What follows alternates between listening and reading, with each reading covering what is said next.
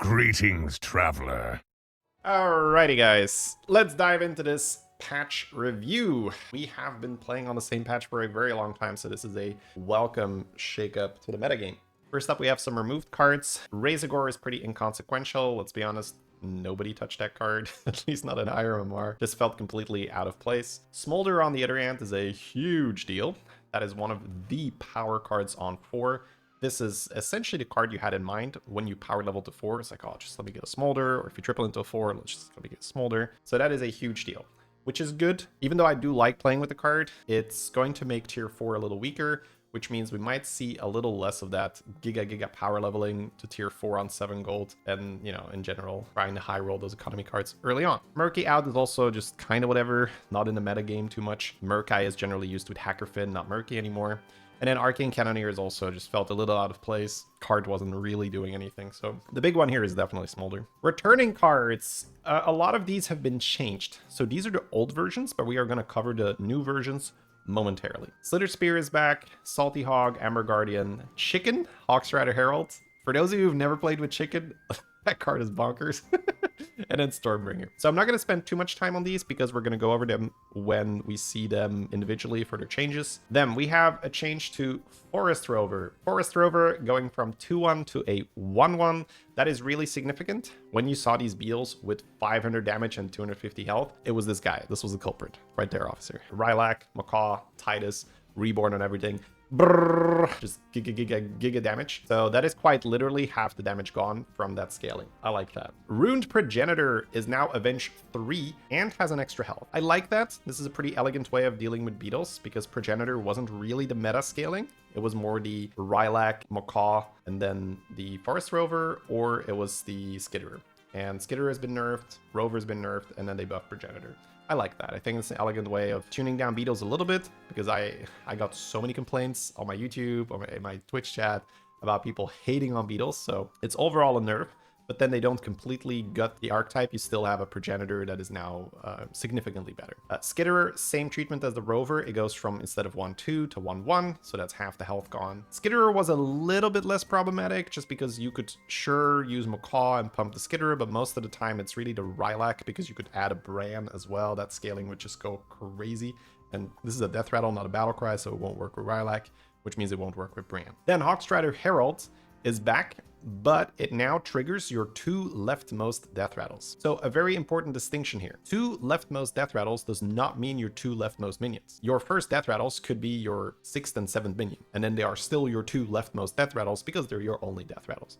So as long as you just position the 2 death rattles you want to chicken to proc near the front, you're good. So you can still run Macaw with Reborn, right? That works because the death rattle doesn't have to be position 1, position 2. For anyone who hasn't played with this card broke the game quite a while ago because you would run Phalanx. So you just run a bunch of Phalanxes with Chicken and then a Golden Titus, and then it would just go like, your board would just like giga pump at the start of the fight. It was insane. You could also run something like Boombox. Boombox with a chicken would just like laser your opponent's board before the game ever started. Man, there were so many like disgusting things.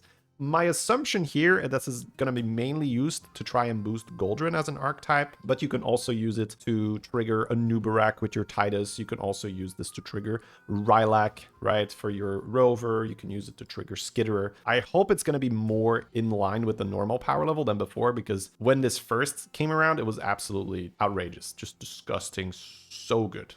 So good. Because you could also have Sporebat. Sporebat would give you a spell on Death Rattle, but then you would make it golden, so now you'd get 2, and then you get a chicken, so it then procs again at the start of the fight, so you get 4, but then you get a Titus, so now you're getting 8 spells. It was like, it's just got out of hand so fast. So I wonder, is there any like really big value generation? There's Genie, right? Genie with chicken, but that's a little bit difficult to do because you're generally not running Titus with that. That's the stuff I would have to look for. Is there anything early-ish on that you can get that's a death rattle with value on it? Because that would be something to look for. Oh, Caretaker as well. Caretaker with Catacomb Crasher. That's a big Catacomb Crasher buff. That's true. Because now you could run Macaw and Chicken. Catacomb Crasher doesn't really care what's on your board. It can buff anything, right? So it can buff buff to chicken. Barnstormer. Oh, no.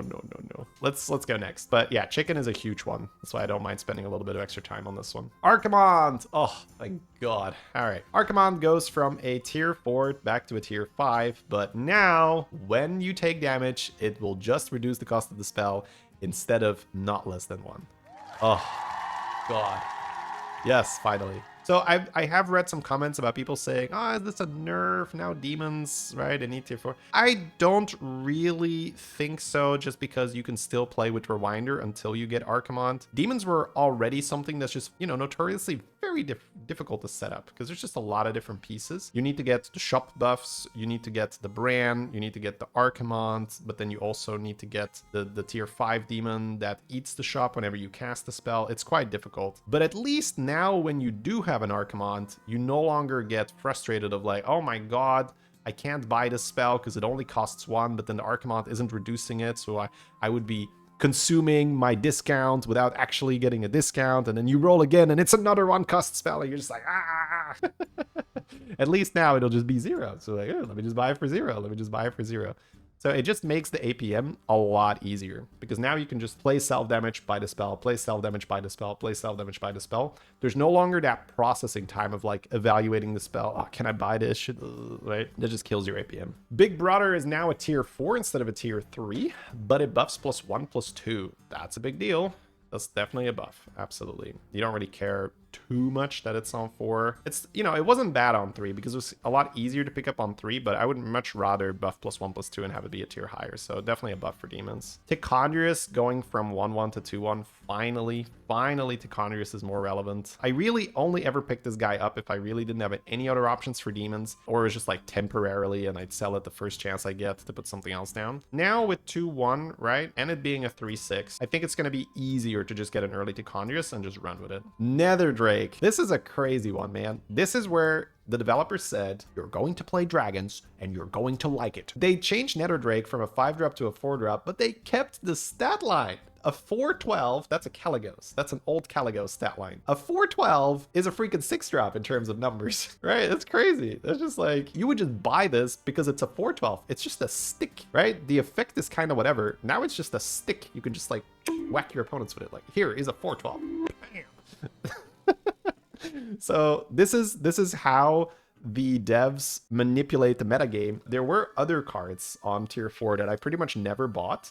And then I started buying, and oh God, I haven't given the example in too long, so I've forgotten about it. But I used to say it on a podcast all the time, and Colin's like, here we go again.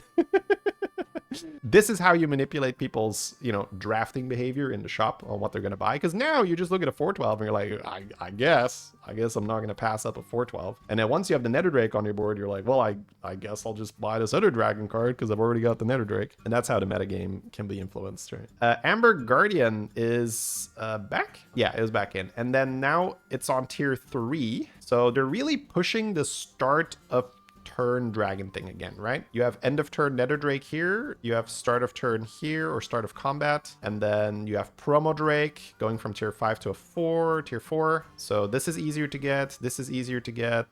Stormbringer is back. It's going to be a tier 5. After a different dragon gains attack, this also gains it. So this just gets insanely high damage. You could even use this with Nightbane. If you have a Nightbane that dies, this will just gain insane amounts of damage. Different friendly, right? So 2 Stormbringers don't ping off each other, but still, like, it's, yeah. This thing gets very, very, very high attack. So not that good in a Beast Undead lobby where there's lots of tokens, but outside of Beast Undead where it's just stats, if you're just trying to deal damage to things, this hits hard, right? Then Hunter of Gatherer is back to tier 5. That makes sense. We need to make a little bit of room on tier 4, right? The Promo Drake's going back to 4. We're putting the Nether Drake on 4, so we need to move something to 5. So now Hunter of Gatherer is going back to its old effect of +2 health. Now that the Roar combo is a little bit less meta, and it's now buffing 2 health on tier 5. Dune Dweller is now a Battle Cry. That's fair. Now if you have Bran, you can cycle it, and it's better with Nomi, and it's fine. You know, not a big change, but whatever. Crasher is now 3/3. Woo! So you sell a Elemental, that's +6/+6, yeah. Yeah, I like that. This card wasn't really played that often, so let's just pump it and see what happens, right? Definitely a lot better now. Nomi is now 2/1. I think that's still pretty bad. We'll see. I don't know. I hope this is like one of those 1-star patch reviews and now Nomi is the then you play Nomi all the time. But the whole shop scaling thing is just a little bit outdated. It's too slow, right? Because you have to buy S elementals from the shop, then you have to buff the shop with it, then you have to buy stuff, then you need to hope you triple, and then you can't even really keep them on your board. Compare that to Ascendant, which is like, it doesn't matter. Like, you play a new elemental, it's just huge straight away, right? It's just the amount of gold required to get Ascendant stats when you play Nomi it's just so high. Like, you just need to find so many triples and place so many LEs, and then yeah, feels still pretty bad, but we'll see. Speaking of Ascendant is now a 6/3. They buffed it. All right, end of slide. All right, no, of course not. It now only buffs your other elementals, which makes sense. This thing was bonkers, way too strong, and I don't think it's gonna be bad when it's just buffing the others, because you could just run 2 and then your Ascendants are a little smaller. We've seen that in the past, right, with Turbo Hog. Turbo Hog only buffs other Quillbore, and you just run 2 Turbo Hogs and then they buff each other and it's fine. So yeah, I do not think this kills off elementals at all. I think you're still very happy to play Bran with Genie and Ascendants, and then your Ascendants are going to be half the size of the other things, and probably okay. It's still a big board. Hollow Rover, that is a significant change here. So at first glance, it's a buff, because you're like, what? Hollow Rover's a 4/8 now? But they removed the Divine Shield. And you might say, well, you could just module it and then pants it, or just play Mecha Jiraxes, but the just thing there is always not just, right? Because now, before, all you needed was Hollow Rover, and then you put Wind Fury on it, and you're good. Now you're just farming. Now, sure, you might get a module for free from the Rover, but you still need to roll for pants. Otherwise, you have a taunted Hollow Rover, and that sucks. And that basically means it never goes off more than, you know, 1 attack cycle. Whereas now, a lot of the time, you have a Wind Fury Rover who attacks, doesn't die, right? Then goes again, gets some more hits.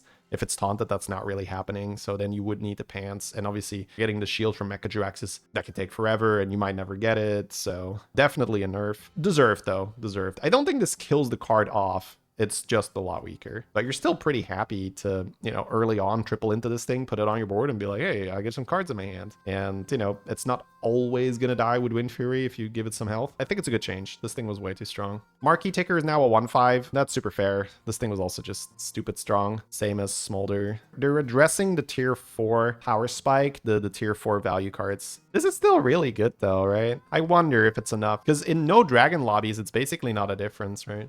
I'm trying to think of my own leveling curve, like how often I'm going to want to be early tier 4 now. And I'm not sure that this nerf deters me enough to not want to go early 4. That's a bit scary that this is still the same effect. It is a 1/5. It is weaker, but still, like, the effect is so nice. Bubble Gunner's now a 2/3 instead of a 3/2, I guess. Yeah. That's probably to make the Reborn and Divine Shield early a little weaker, which is fair. It's still really dumb when it hits either Reborn or Divine Shield. Now it's just a little less dumb, because you deal less damage. Guildmother, same thing, goes from a 2/5 to a 1/5. So we still have Guildmother, which is basically the same card. We still have Marquee Ticker, which is, you know, that's a reasonable nerf, right? That's 2 attack it loses. But you're still pretty happy to buy these cards. Yeah, tier 4 might still be quite strong. Guildmother essentially unchanged. This one's slight nerf. But Gurgle goes back to being a 3/3, then a 3/4. That's fine, I guess. They just, I don't know. Maybe they made some other Murloc changes, or I don't know. It's probably a little much as a 3/4 anyway. Merca now triggers and adjacent, so that's basically Rylak. Now you no longer need to just have your battle cry on the left. It could be on the left or the right, but you only can have one if you want to make sure you know which one's going to go off. So keep that in mind. But that's just a quality of life change, like they say. It means you can put your Murkai first and your battle cry next to it. Just quality of life stuff. Lock Prince now goes to 2/1 instead of 2/2. That seems fair. This thing was broken. It's still pretty good, probably, but at least now it has a harder time to get up to like 500 health or even 1,000 health because you just gain half of the extra bonuses. Myrmidon is now a 4-drop. Wow, okay. That's definitely going to make some stupid big Myrmidons early if you have a Wrangler. Or you could just put the 8/8 taunt spell on this thing. Imagine if you power level to 4 on 8 gold, turn 6, you're on tier 4 already, and you roll this with the taunt spell. Now you have a 16/16 you just put on your board. Or you have a Wrangler with a bunch of spellcraft, just like pop, pop, pop, pop, pop, pop, pop. I don't know what to think of this. Myrmidon was decent as a 5-drop, but it didn't really see that much play just because Nagas are not really in the meta. Oh, you can eyes this now? Oh, I don't know, man. I don't know. I mean, it might be completely inconsequential just because of the meta, but... Oh, it would be a 20/20. You're right. It starts as a 2, so it'd be a 20/20, not a 16/16. That's even more crazy. Yeah, you played an 8/8 spell on this, now you have a 20/20. And then you can eyes it pretty easily later on. Oh, yeah. I mean, that's okay. People weren't really playing Naugus, so I'm okay with them going a little crazy on the Naugus here. Slither Spear now buffs itself. That's a good change. That's a good change. I didn't hate playing with Slither Spear. They're still like not great to play. We'll see. We'll see, you know, how it fits in the metagame, but Slither Spear was difficult to make it good, because you need to cast different spells, and that's pretty difficult. Now, it does stack with Drukhari, so if you have Drukhari with gains, I'm not convinced that Naga is suddenly insane, but this is a good step in the right direction. Corsair is now a 3/5 instead of a 4/7, so it's probably just a little bit too big when you bought it. Just a little bit too high win rate. That's fine. So Recruiter goes from a tier 5 to a tier 4, and it summons 2 Scallywags. Okay, not a huge deal. This oftentimes didn't get the full value anyway. It'll make this card a little bit more common. It'll make it better for Avenge builds, yada, yada, yada. So not a big deal. But then this one, I do not understand this one. Sky Pirate Flagbearer goes from a tier 4 to a tier 5. And it now summons Scallywags instead of 1/1 pirates. And there is a note that says the Scallywags do not attack immediately. This fundamentally just kills off an entire archetype, because the only reason you would play Pirate Exodia is because you could have multiple flag bearers and you would have Titus. When a pirate dies, you would summon like 8 or 10 or 14 Scallywags from one minion dying. Now, if you stack Sky Pirates, you get 1 Scallywag because there is no space. So even though the death rattle might be summon 10 Scallywags, because it doesn't attack straight away, you're summoning 1 Scallywag. It's above the Greybow. I mean, is it? Greybow would much rather summon 10 at the same time. Yeah, I can only imagine that there were tons of complaints for this type, that the combat was too long. No space, Catacomb Crasher. Right, you could run it with Crasher. I'm just thinking about it in the frame of Exodia Pirates, and like this just kills off Exodia Pirates, right? You watched Jeef wreck with this. Oh, okay. I will have to look at that VOD. Maybe my intuition here is completely off, but in the context of Exodia Pirates, I just don't see it being insane, because you're summoning the 1 Scallywag, right? If you only have 1 board space, it seems so weird. And then your taunts are weird. They've had a longer time to playtest with this, so there is a good chance that there's something I'm missing here. All right, well, I guess I'll give it a try, but I'll have to look at that GFOT, see what he did with it. Salty Hog is now a tier 5. That's something to mess around with. I guess if you have Shipwright early on, and then you can just put this on the board, and then you hit Spacefarer, it's not bad. You get 2 of these and you just spam with a Bran. I'm not really sure. I didn't really love this card back when it was on tier 6. Like, Tour Group just felt better. This is a change I'm kind of whatever on. All right, Headhunter goes from a 5/4 to a 4/2. That makes a ton of sense. This card is broken. So the fact that it also had good stats, it just made for stupid power spikes where you go 3-on-3, you get this, you steal a Grace for free. It's like, okay, so I'm rich and I'm not losing the fight. Let's go, right? So yeah, this is a very justified nerf. Board Gamer is now a tier 3. But it only goes off every 2 turns. Now, for a tier 3 minion, that's not bad to buy, but overall that does nerf it a lot. But I think that's fair, because Board Gamer was another one of those giga power spike tier 4 cards where you would just love to get this early, because it would just snowball out of control. So I don't think you could keep old Board Gamer's effect. It was just way too good. This we'll have to test. We'll have to see whether this is just too slow, where we just don't really want it, or whether it's okay for a 3-drop. The reason why I'm a little bit on the fence here is there's that elemental that produces 1 elemental every 2 turns, and that's just garbage. But getting a choose 1 card instead of an elemental is a pretty big difference, because the choose 1 can give you the spell that gives you either a minion from your tier or a spell from your tier, and that one's just broken. Getting a foodie is pretty dumb, right? So definitely a lot better than a random elemental, but still every 2 turns is slow. So I have to see. This now goes to tier 3, and it's a 4/5. Yeah, 4/5 is okay stats. If you can buy this with Grace in the same turn, it's bonkers. So this will be a little bit more dependent on the shop, I'm guessing, whether you want to pick this up or not. Foodie is going back to a tier 4, but you now get 4 blood gems if you want it. It's fine, I guess. I guess you don't want Foodie and Trailblazer on the same tier. I'm not sure. Pokey now gives 1/2. Yeah, that's fair. I don't think that breaks Pokey or anything. This card was just a meme, bit of a joke. So I like that. I don't mind that. Bit of a buff. Fungus is now a tier 4, but why? Did they just need space on 5? I guess maybe. I mean, now you're going to get some random fungus on your board when you're like, I guess this is the right buy. Underdog buffs +3/+1. Can't quite. I mean, I was already using this here and there, so I guess I'll be using it more. This is such a nasty card when, you know, an Elise that levels and then Hero Powers hits this thing, buffs your board. Ugh. You don't buy this card super often, but when it's good, it's nasty. Oh, you can Ice Fungus. That's true. Atrocity is now 6/6. That's fair. Atrocity was sort of an insane tempo card, so I'm fine with that.